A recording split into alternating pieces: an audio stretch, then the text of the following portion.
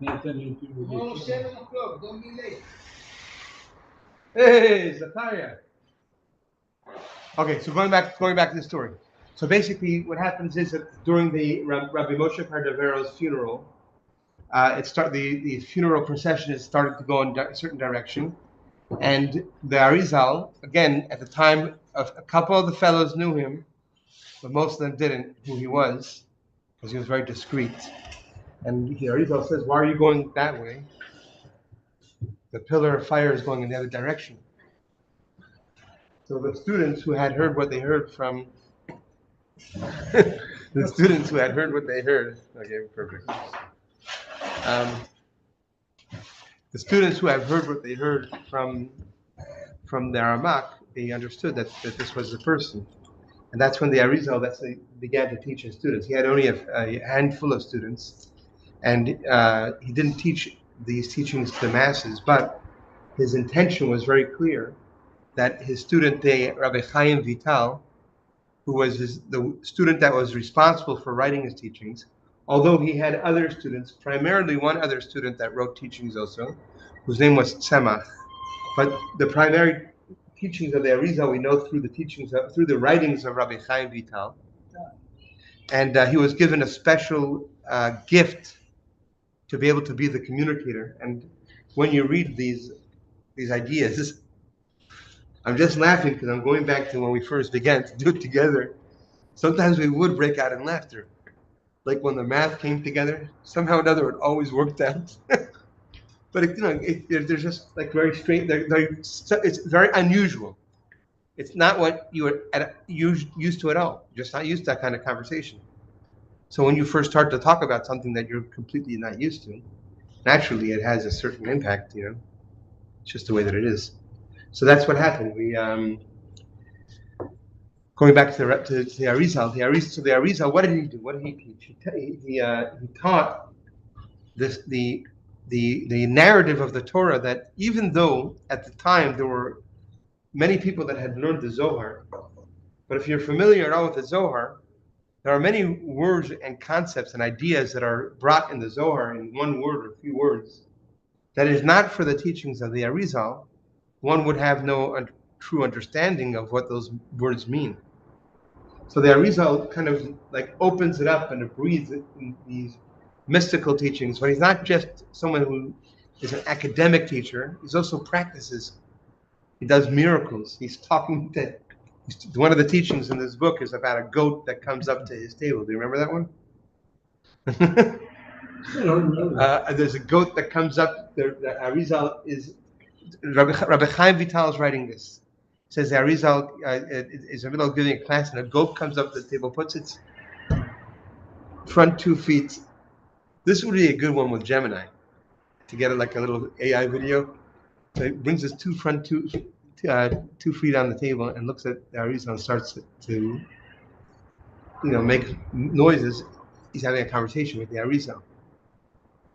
On the Arizal's gravesite, by the way, it says that the Arizal knew the language of animals.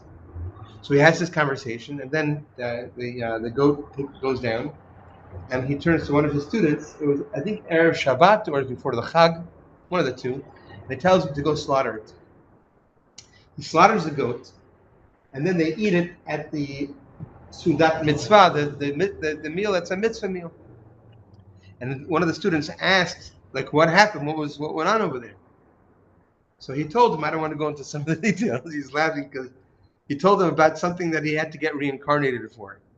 If you heard what he got to get reincarnated for, say, oh boy, we're in trouble, right? But there's something he was in a previous lifetime, he was a big Torah scholar. But there was one element in his intimacy that wasn't aligned with people at that level. And because of that, he had to be reincarnated as a goat. And what? Part of his soul. However, I never truly wrapped my mind around exactly how that. It's a longer conversation, but how that is experienced. I can't imagine that the animal has any awareness of it. At the same time, ever since we started studying this stuff, I'm sure you see it also.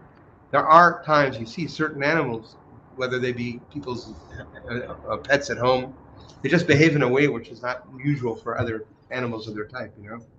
So after learning this stuff, it gets you thinking. But anyway, one of the things that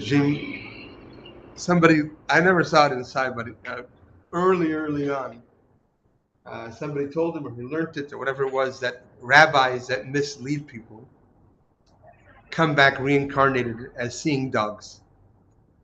So one of his one-liners from the early days, I know, but one-liners, he would say to me, better be careful because you come back as a stick.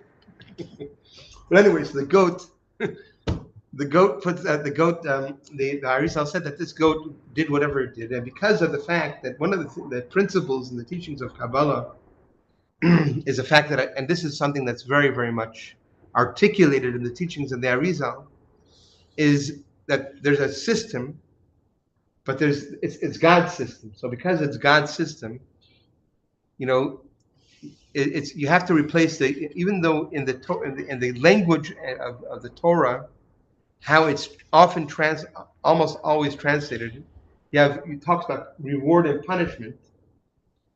But once you take that and you put it in the model of the Kabbalistic conversation, then the same exact conversation becomes cause and effect.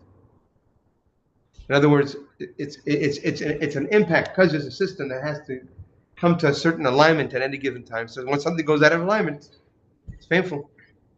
If those people who have ever been overweight, if anybody, it gets tough to walk. If when you get heavy, you realize you can't get around it. That's just the rules of Hashem's world. So just like there's a rules of Hashem's world in the physical, same as also spiritual. So in that case, when a soul comes and makes a certain disturbance, that's the idea of reincarnation without getting into it.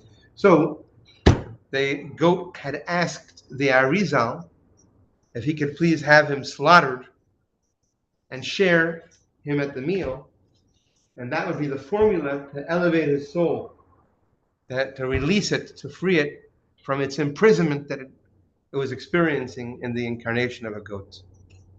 By the way, years ago, I came to this thing.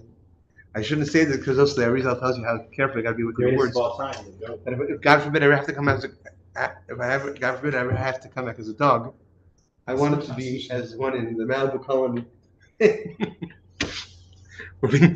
People spend more on their dogs than. Anyway. Have you heard about the dyslexic agnostic insomniac? Doesn't believe the dog? Dog really existed. Okay, so just one last thing before we go into the subject of what I want to share with you about this is something I only learned a few years ago. It kind of blew me away, Rick, really blew me away. That when Rabbi Chaim Vital passed away, he instructed his family to bury him with the book of all of the teachings that he wrote down. Could you imagine? 2 years of a tremendous amount of teachings, and now he's instructing them to put it in his grave. I just go crazy when I think about that. I'm serious. I think, as far as they were concerned, that was the end of that. That's like. Anyway, I don't remember who and how it happened, but somebody had a dream, right? His son had a dream? His son had a dream, and his son was told, my father came to him and told him that he is being locked out of his ability for his soul's journey because of what he did. So he should go down and open up the grave and take the teachings out. And that's what became this book. This book comes from those teachings. That's pretty crazy, no? So these teachings, if you want to just one other aspect, and before we go into just a few words on the parsha, and then one of the ways that you learn about in Kabbalah is that when Hashem created this world, forget about the why right now. Let's just get into the meat and potatoes. There's a cosmic battle that occurs from the very, very beginning between what we call good and bad, light and darkness. It begins at the very beginning of the story with Adam and Chava. And at that moment, there's a fragmentation and a mess is made. And then we're invited to come and clean it up. I mean, I'm not putting that, not being cynical about that. I'm just saying that there's a cosmic battle going on from the very beginning of time.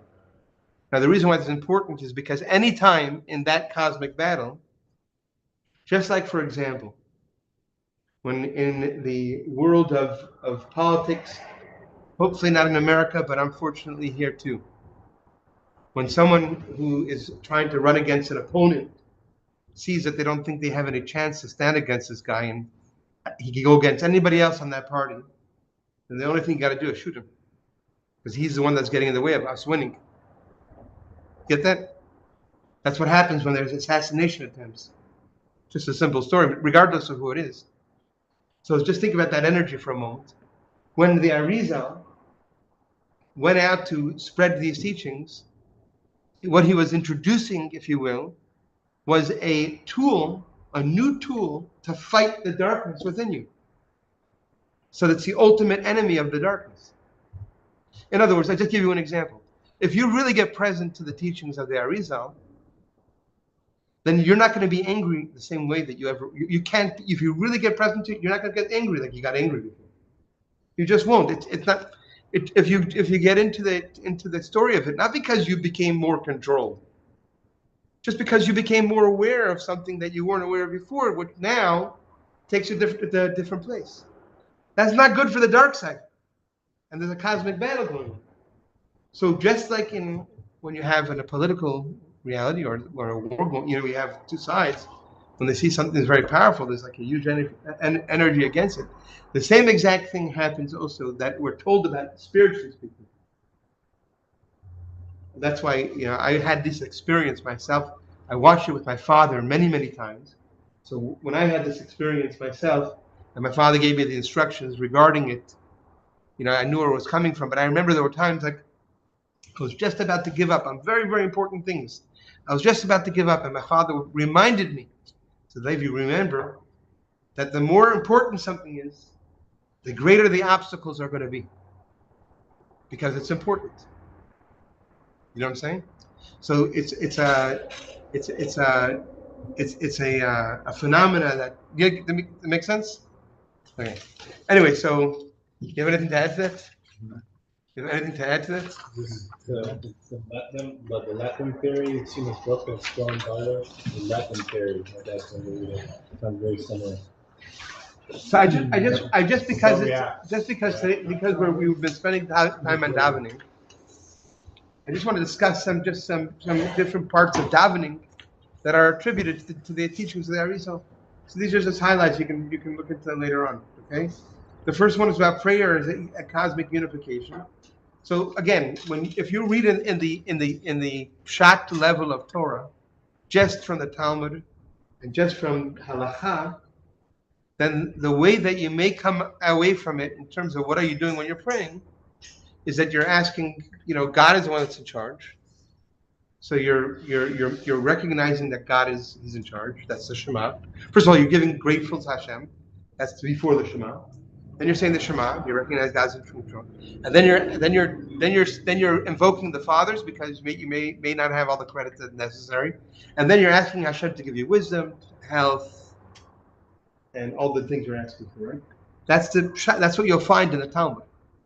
But if you look at the first thing over here, the Arizal says that one of the underlying most important points of what the movement of prayer is really about what's called Yechudim. Yechudim. You know what Yechudim are? What's Yechudim? So what does that mean in prayer? What do you mean? What does that mean? That's the translation. So I'm saying, so when you say a person during prayer, people would make Yechudim. You get together with whoever and stand with God. Okay. So it does mean to get together. But in that, if you go through a siddur that has like the more elaborate Kabbalistic siddurs, like the Shalah HaKadosh. So if you go into those siddurs, you'll find that under every one of Hashem's name, throughout the 18 blessings, where it says, "Blessed are you, our God," you read that in English, it's all just God. In Hebrew, it's Yud Hey Vav Hey. But the Nikudot underneath each of those Yud Hey Vav Hey is different than the next one. Did you ever notice that? If you take, for example, the meaning, We say Baruch Atah Adonai. Okay, that's what we say. We don't say the way it's written Yud Hey Vav Hey. We don't say that. No, two Yuds. Yeah, but in some Sidurim it's Yud Hey Vav Hey. Yes. So now, if you look in the Sidur of the Alter Rebbe, the first Chabad Rebbe Sidur, for example, over there, in each blessing, you'll have under the Yud Hey Vav Hey, the dots are different. Sometimes they're all shuruk, they're all. Okay, I'm telling you. The reason why is because even though we're all talking to Hashem, we're talking to God, but yichudim, unifications, there's different level unification.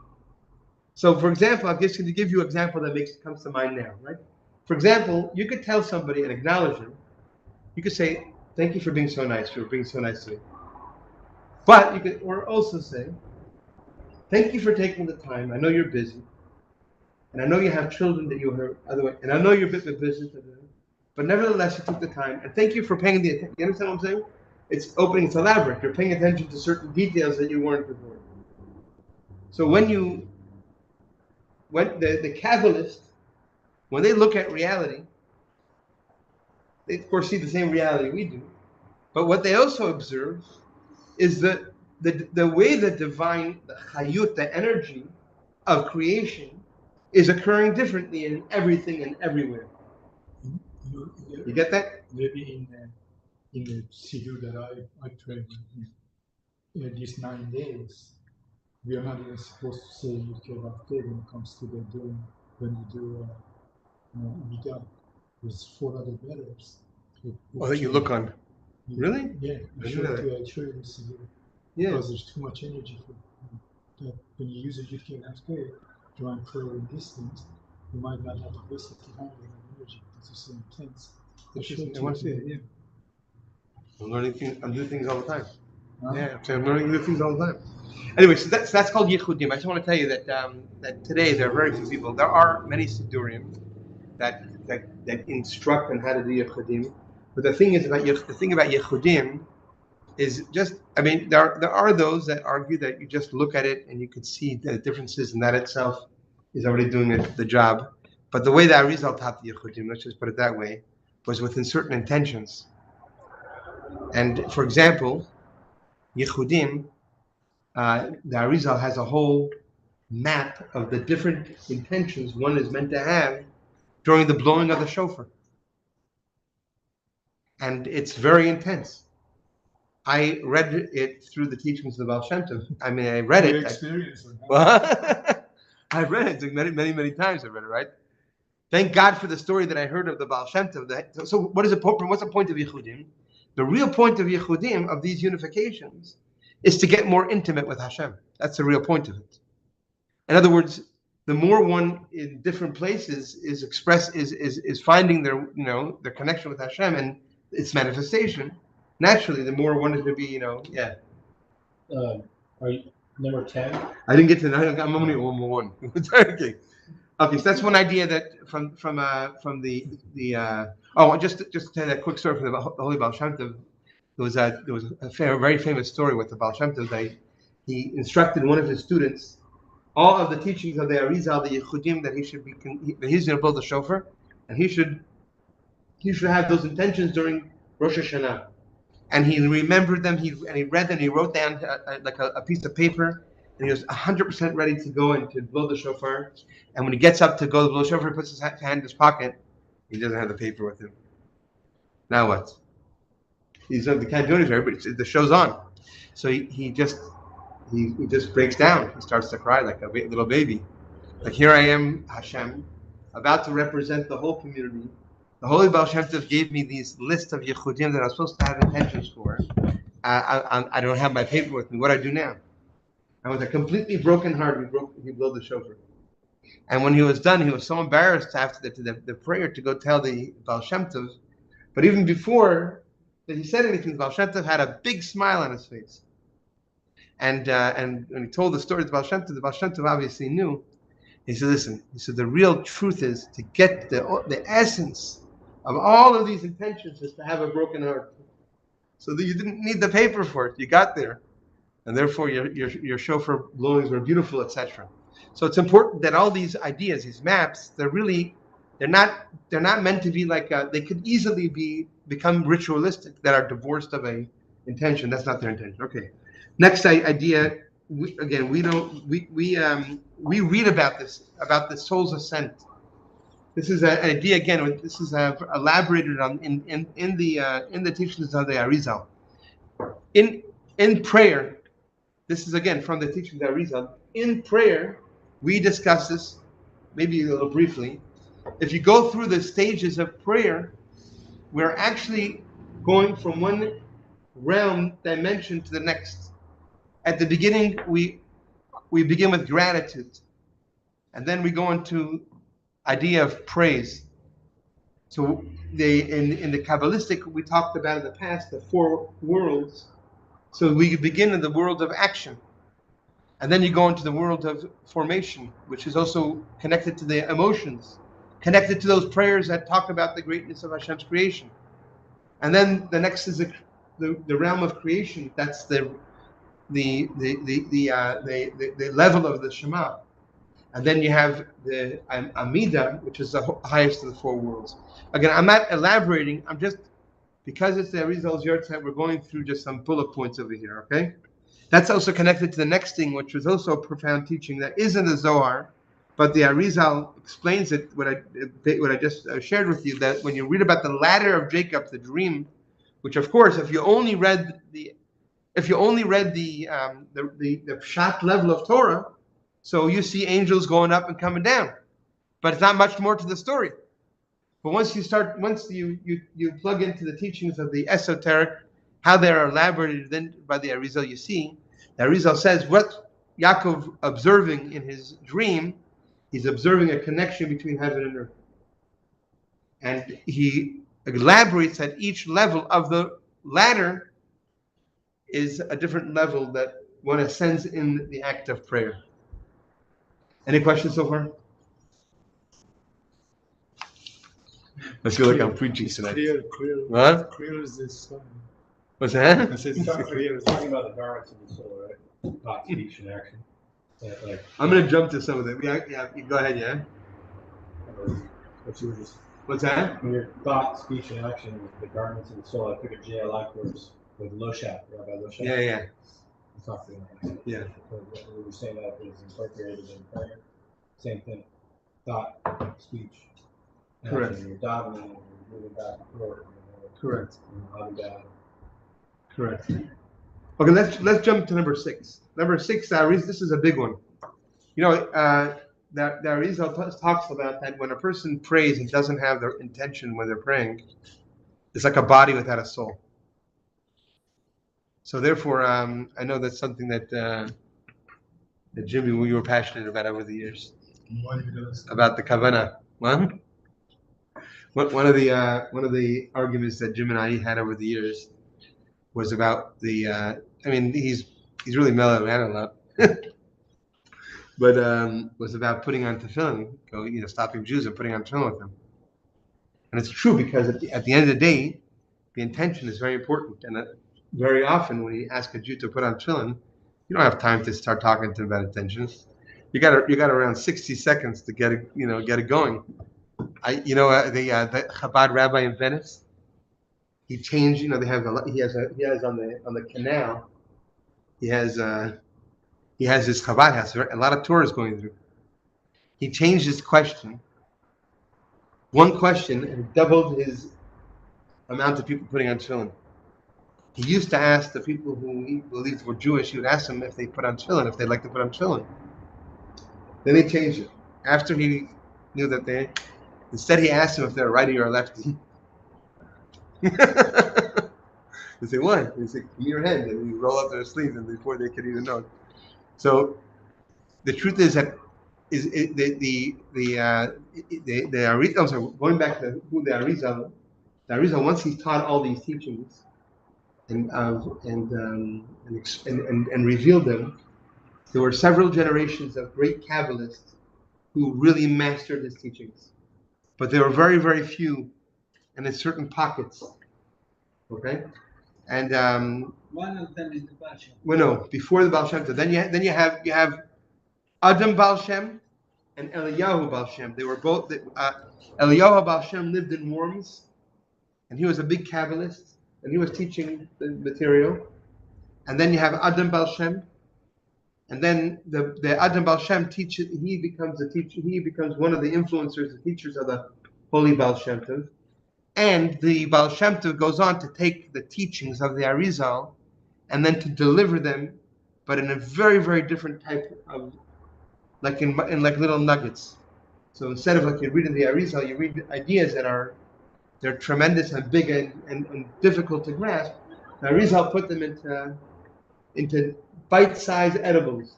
You know what I'm saying?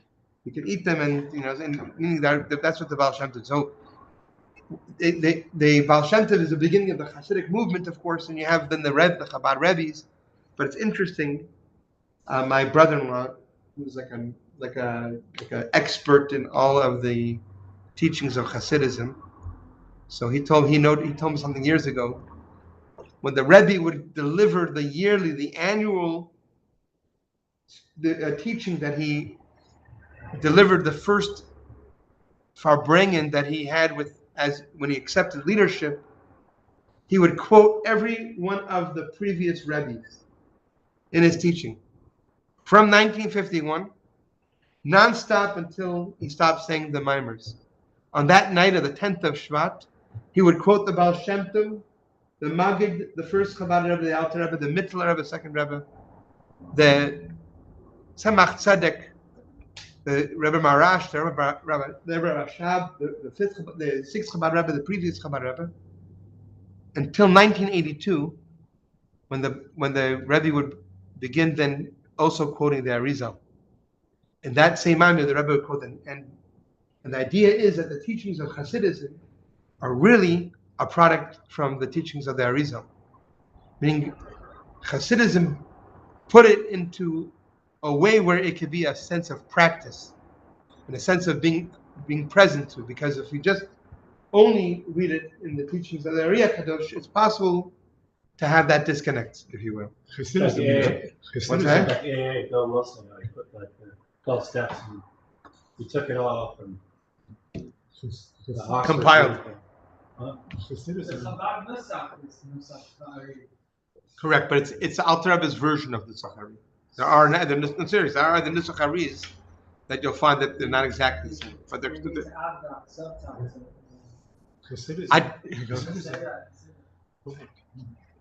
Hasidism inject chesed, love into a teaching of Arizal. That's why it resonates with the people so much, because it's not. Yeah. You study Arizal, it's very black and white, cold. Yeah. Hasidism inject love and emotion into it. Yeah. That's what the seven Alter Rebbe did. So Yeah, there is a story about the first. So in the teachings of the Ariya Kadosh, one of the ways that Randy you probably remember from the times that we spent doing this, a common theme to bring about the unification between heaven and earth is very sexual in its nature, just the way that it is, right? In the teachings of the Arizal. So there's a story that is a famous story in the Chabad circles, that the first Chabad Rebbe, who was a prodigy child, and he already mastered all the teachings of the Arizal at like age 12 or something, at a young age. He was already up there. So he was very bothered by the imagery that the Arizal was using to describe the connection between a man and God, because he felt like it evoked other ideas and thoughts. So the story goes that the Arizal came to him in a dream and handed him a pen and said, if you think you could do better, then go ahead. And that was the beginning of the book of the Tanya. So it's interesting, when you read the Tanya, and a lot of these deep conversations, first of all, the Alter Rebbe is quoting the Arizal throughout the entire Tanya. But the way in which he shares these ideas are in different words, in words that people that are not at that level could also relate with, So that becomes, so he's the beginning of it all. Starts around 500 years ago, Okay, let's do another two thoughts over here I wanted to cover. Oh, this one's a big one. Number 7. The idea of letters, I want to tell you that we use the word of spiritual DNA, which is really what it is. But who was thinking about this idea of DNA, back then? But that's something that also the Arizal that we got from the Arizal in terms of the connection between letters, words, and the energy that comes from that. Let's go to let me skip to another one. What's that? When someone says Kaddish, right? Yeah.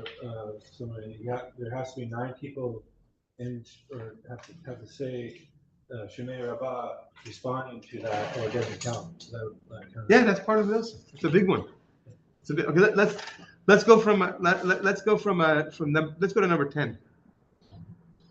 Yeah. Oh no, not number 9 first. From fear to love. This is a big one. I want to tell you that in many circles that are not Hasidic in their nature, they don't learn. They don't what? Which one of these is not a big one? That's true. In many circles, in non-Hasidic circles where they don't learn Hasidism, then instead, you went to yeshiva? Yeah. Hasidic? Did you learn Musar? Yeah, right. How would you define? If someone asks you what's Musar, what would be your answer?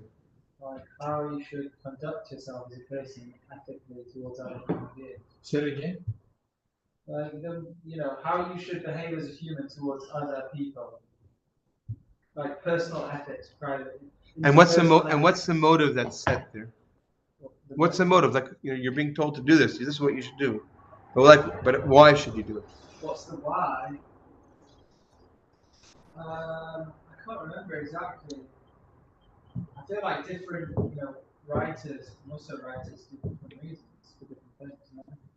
Like, I remember some Muslim from like the Kitzur Shulchan Aruch, or like some stuff from Mishnah Brura, and then Rabbi Salanta is a famous one. Yeah. They all say different things. But often what you find the conversation is about about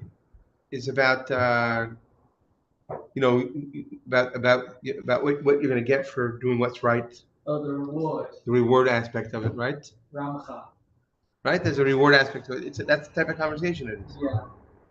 So the reality is that in the Hasidic, so therefore, prayer and the idea of talking to God is often an idea that scares the living bejeebies out of you.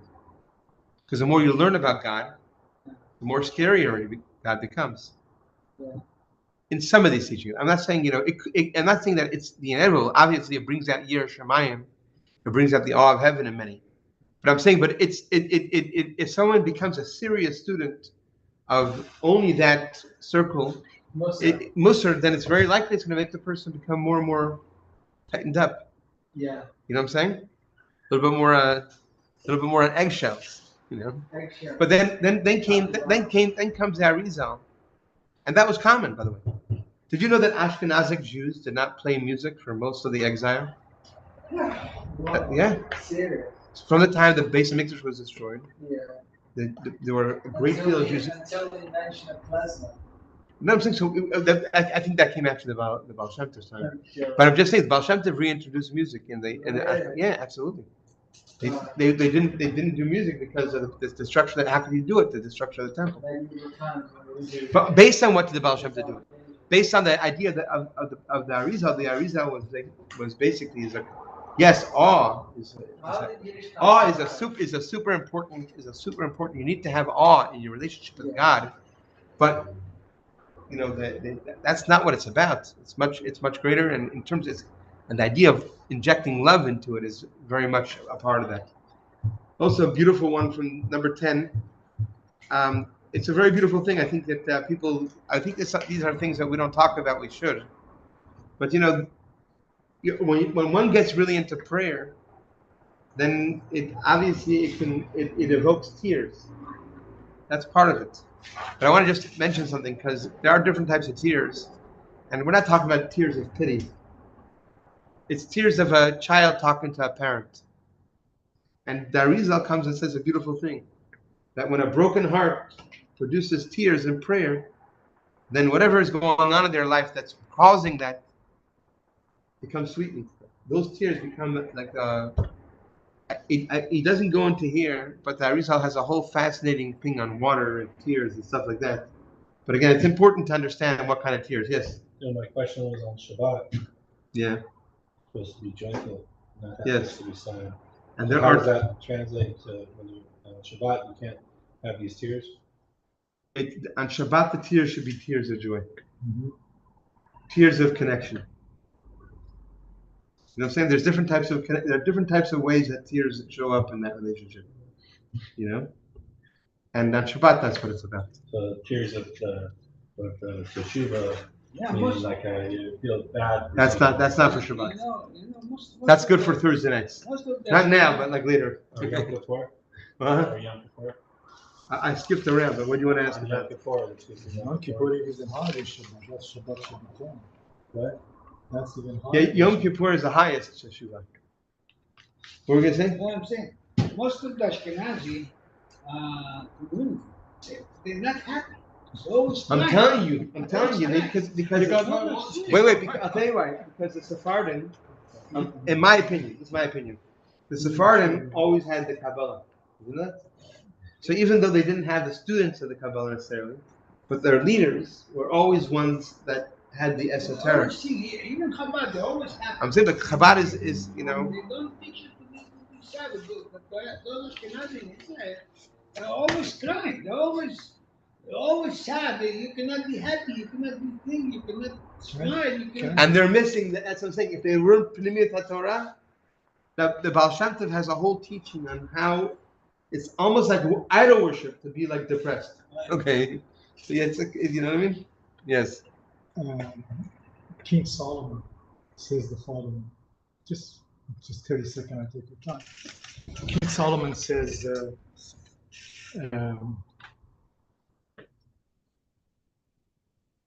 man was created half good and half compromise.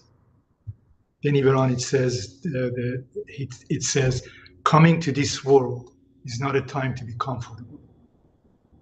It's first referring to the soul and the body, and the second referring to this is not going to be a picnic, this is work. And what's the difference between a joy and happiness? What's the difference between a joy and happiness? Happiness is when I'm going to buy a new car, I'm happy, but it lasts months and it goes away.